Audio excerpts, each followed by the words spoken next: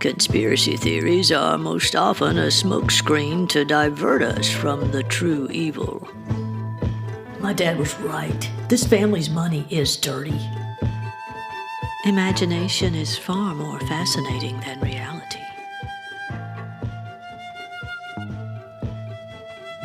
Welcome to Working for Uncle Henry, the podcast. I'm the author and your host, Angela Mullins. Just who did Parker find dead in the woods? Chapter 11.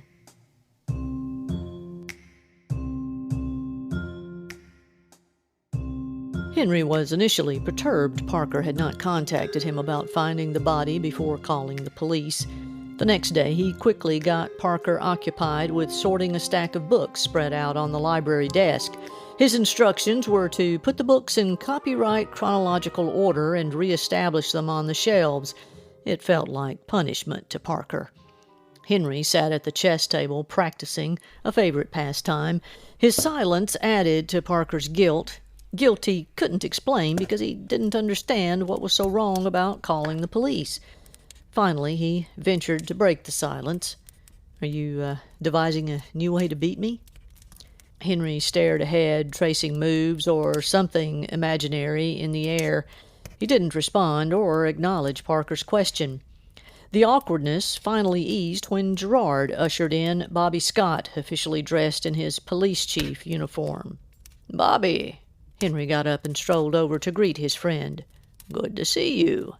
You remember my nephew, Parker?" Parker shook the policeman's hand. They had met briefly at the party. "What do we owe the pleasure?" Henry asked as if nothing had happened. "It's about the body Mr. Madison stumbled upon," Chief Scott replied. "Tragic business. Quite upsetting." "Shall we?" Chief Scott said, gesturing toward the two sofas by the brightly glowing fire. The three men sat down while Gerard lingered in the wide-open doorway. "We've identified the body." "Excellent work."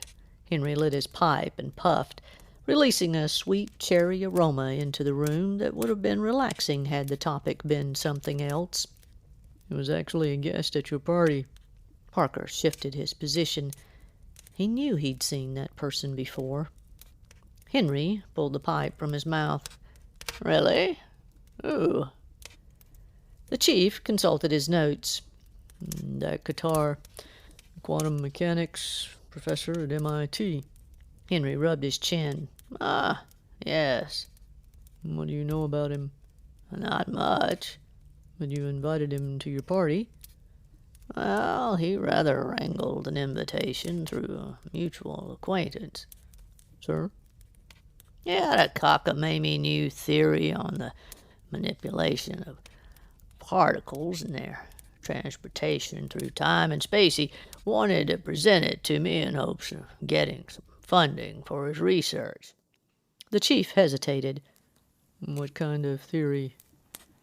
"Are you familiar with quantum mechanics, Bobby?" "Not really, sir."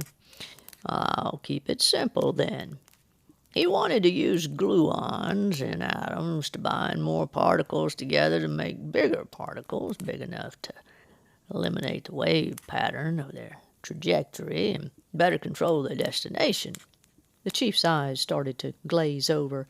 "But he also thought these compound particles could impact the data packages used to transport objects from one location to another. Teleportation, as it's commonly known." "Teleportation," Chief Scott repeated doubtfully.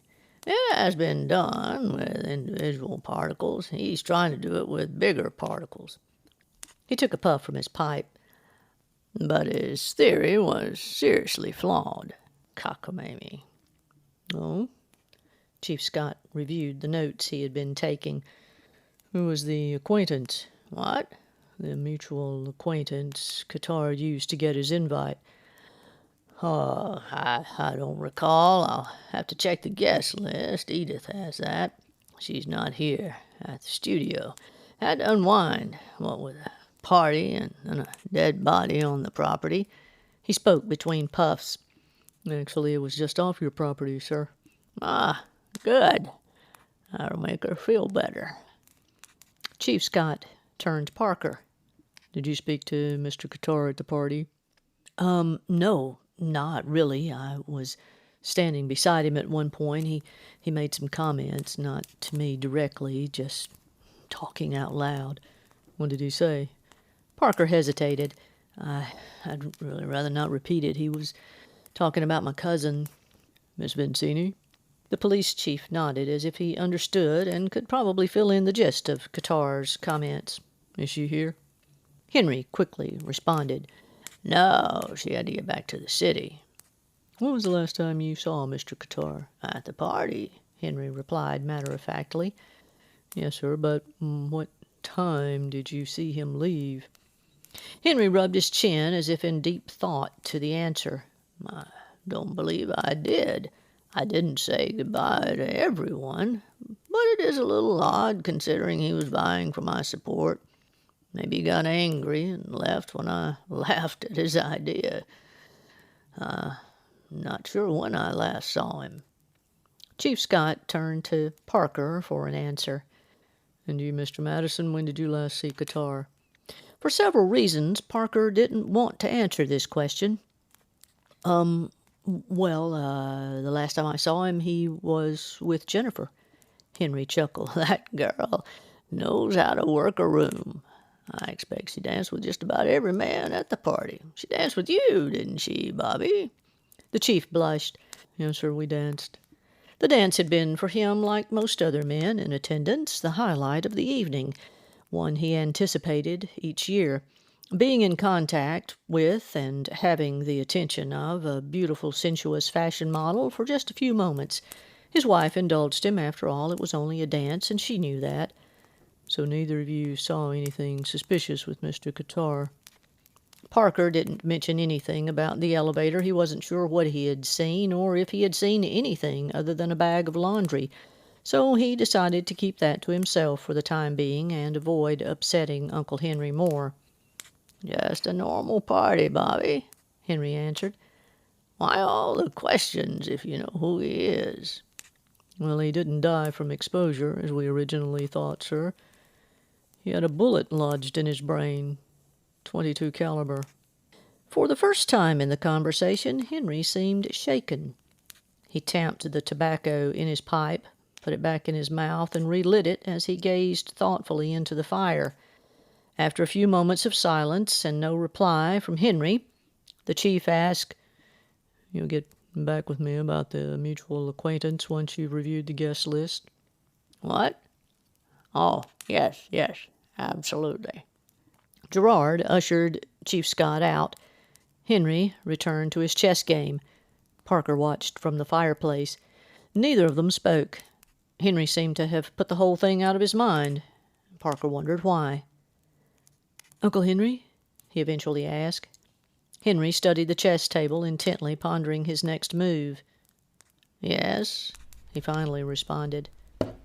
That man, Qatar. Yes, Henry replied, still not looking away from his game. I saw him with Jennifer at the party. Yes, we've established that. As I said, she was with just about every man in attendance at one time or another. Yes, sir, but this was later, when I was going to my room. He was the guest I saw her with going to her room. There was a long silence this time before Henry answered. Well, tell me, Parker, do you think she shot him and dumped his body in the woods? Henry's question caught Parker by surprise. Well, no, I just thought it was odd. Odd for you, maybe. Not for her. I just thought she might know something about him. Probably not anything that would interest the police. Henry summoned Carlyle shortly after Chief Scott's departure. Carlyle was waiting in the cellar when a displeased Henry marched off the elevator. Carlyle, Henry growled, care to explain how Qatar ended up with a bullet in his brain? I wish I could, sir, came the quick response. Well, then I expect we'd better find out. Carlyle knew the we meant him. If your nephew hadn't found the body or called the police... That's way more ifs than we should ever leave room for. I could confiscate the body and take over the case on behalf of the government. Henry shook his head. That would draw too much attention to all this. Bobby is certainly a friend and a confidant in certain instances, but the less he knows about what we do, the better. For us and him. Wait a minute. The police chief doesn't need to know about Henry's involvement with the dead man? What's going on here? Thanks for listening. If you're enjoying the podcast, be sure to subscribe so you'll know when the next episode drops. And check out the books on Amazon. Purchasing links are in the show notes. Next time, the Archers go to church.